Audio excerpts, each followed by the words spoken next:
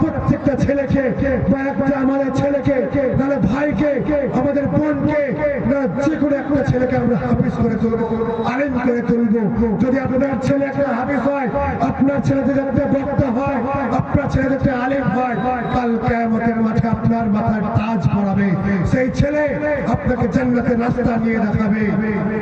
কোন আলেম ওয়ালামা ওয়ারাসাতুল আম্বিয়া, মাস্টারের কথা বলেনি, ডাক্তারের কথা বলেনি, ইঞ্জিনিয়ারের কথা বলেনি, কোন সায়েন্সের কথা বলেনি।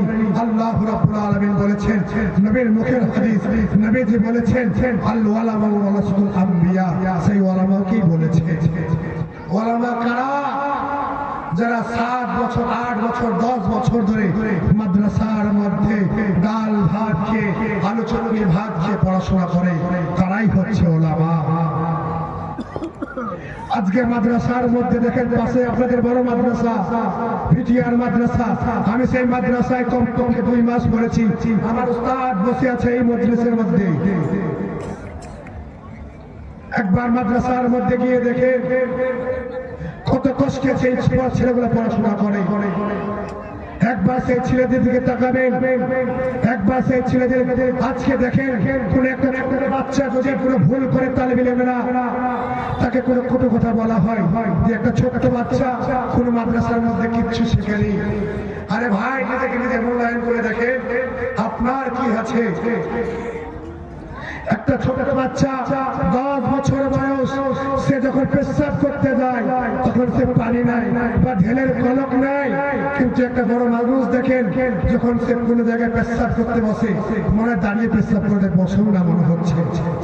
তার থেকে বলেন বড়টা ভালো না সেই বাচ্চাটা ভালো? সেই বাচ্চারাই ভালো। কেন? সে আল্লাহ রাব্বুল আলামিন ভয় তার ভিতরে আছে, কোরআনের ভয় তার ভিতরে আছে, ইসলামের ভয় তার ভিতরে আছে। আজকে আমরা কেন সেই ছেলেকে বাচ্চাগুলোকে খারাপ কথা বলি? আল্লাহ রাব্বুল আলামিন কাউকে মেহমান বলে ঘোষণা করেনি, সেই মেহমান বলে ঘোষণা করেছে এই বাচ্চাদেরকে, তালিব ইলমকে, সে মাদ্রাসার ছেলেকে। যখন কোনো মাদ্রাসার ছেলে পড়তে যায় তার জন্য সমুদ্রের মাছ এবং সমস্ত পশু পাখি সবাই দোয়া করে, এবং কিতাবের মধ্যে হাদিসের মধ্যে এটাও লেখা আছে যে ফেরেশতারা তার ডানা তাদের পায়ের তলায় বিছানো দিয়ে দেয়, তাদের মধ্যে বিছিয়ে দেয়। সেই তালিব ইলমরা তার পাড়ার পলকের মধ্যে পা দিয়ে দিয়ে মাদ্রাসার মধ্যে যায়। আপনারা ভয় করে যে মাদ্রাসায় গেলে কি হবে, মাদ্রাসার ছেলেরা কি করে, বেতন দিয়ে কি করে 5,000 টাকা বেতন, কিন্তু আব্বা হাজারেরা এমন করে চলবে না। আমাদেরকে এই গ্রামকে, সমস্ত এলাকাকে শুধরে দিতে হবে। আমি চাই আগামী 5 বছর কিংবা 10 বছরের মধ্যে প্রত্যেকটা ঘরের মধ্যে, প্রত্যেকটা বাড়িতে যেন ইসলামের দাওয়াত যেন ছড়িয়ে যায়, প্রত্যেকটা বাড়ির মধ্যে একটা একটা করে হাফিজ পাওয়া যায়, জোরে বলে ইনশাআল্লাহ। আর প্রত্যেকটা মা বোনেরা যেন, প্রত্যেকটা মা বোনেরা যেন, ছোট্ট ছোট্ট বোনেরা যেন ঘরের মধ্যে, বাড়ির মধ্যে কোরআন তেলাওয়াত করতে পারে। আমি আজকে মূল টপিকের মধ্যে যাচ্ছি না কেন, প্রথমেই টাইম শর্ট আমাকে দিচ্ছে। কেন? যদি আমি টপিকের মধ্যে যাবো ছাড়ার ইচ্ছা করবে না, আবার এদিকে শ্বশুরের গালাম, এটাও দেখতে হবে। আপনারা এই জন্য আমি মেন টপিকের মধ্যে যাচ্ছি না। আমার তো আশা ছিল যে নবীর ঘটনা কিছু আগে বাড়াবো, এই জন্য আমি ভাবছি যে ইসলামের দাওয়াতটাই আমি দিয়ে দিই। ইসলাম কাকে বলে, ইসলাম কিভাবে ছড়িয়েছে। আল্লাহ নবী সাল্লাল্লাহু আলাইহি ওয়াসাল্লাম, একটা ছোট্ট হাদিস বলি আপনাদেরকে।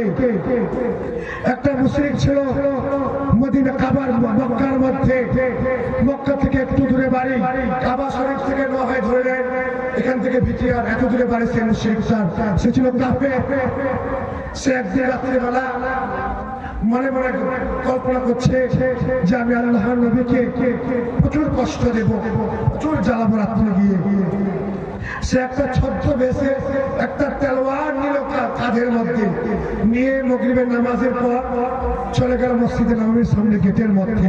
আল্লাহর নবীর একটা অভ্যাস ছিল যে কি করতেন, যখন কাবা শরীফের মসজিদে হারামের মধ্যে কোনো যদি মুসাফির বসে থাকতেন, আল্লাহ নবী সাল্লাল্লাহু আলাইহি ওয়াসাল্লাম সে মুসাফিরকে জিজ্ঞাসা করে তাকে বিভিন্ন সাহাবাদের বাড়ি বাড়ি ভাগ করে দিতেন যে আপনি এখানে চলে যান, আপনি ওখানে চলে যান। কিন্তু সেদিন সে মুশরিককে আল্লাহ নবী সাল্লাল্লাহু আলাইহি সাল্লাম নিজের বাড়ির মধ্যে নিয়ে চলে আসলেন। নিয়ে আসার পরে আল্লাহ নবী সাল্লাল্লাহু আলাইহি সাল্লাম নিজে যে চিপিসের খাটিয়ার মধ্যে শুয়ে থাকতেন, আমাদের মধ্যে কোনো পালং ছিল না, বক্স ছিল না, জাজিম ছিল না, কোনো তসক ছিল না, কোনো বালিশ ছিল না, শুধু থাকতো কি চাটাইয়ের মধ্যে।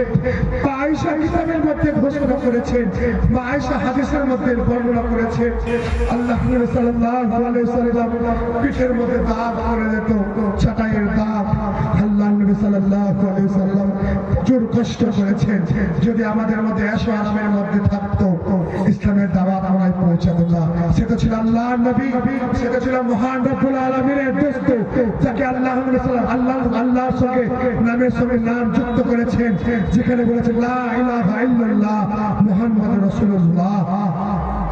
সেটা ছিল আল্লাহর মেহবুব, যাকে নবী দিদার করিয়েছিলেন মসজিদ আকসা থেকে নিয়ে পুরো আকাশ, পুরো ভ্রমণ, যেমন আমাদের জান্নাত দোজখ সব ভ্রমণ করিয়েছেন।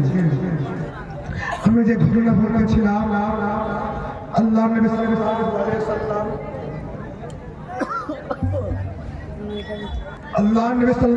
আলাইহি সাল্লাম ঘরের মধ্যে মা আয়েশাকে কে বলল, মা আয়েশা ও আমার স্ত্রী অধ্যয়নী। আল্লাহ নবী সাল্লাল্লাহু আলাইহি সাল্লামকে প্রচুর ভালোবাসতো। মা আয়েশাকে ভালোবেসে অনেকগুলো নাম রেখেছেন, আয়েশার অনেকগুলো নাম দিয়েছেন আল্লাহ নবী সাল্লাল্লাহু আলাইহি সাল্লাম। কমপক্ষে 9টি নাম কিতাবের মধ্যে এসেছে। আল্লাহ নবী মা আয়েশাকে কে বলছেন, ও আয়েশা আমার স্ত্রী,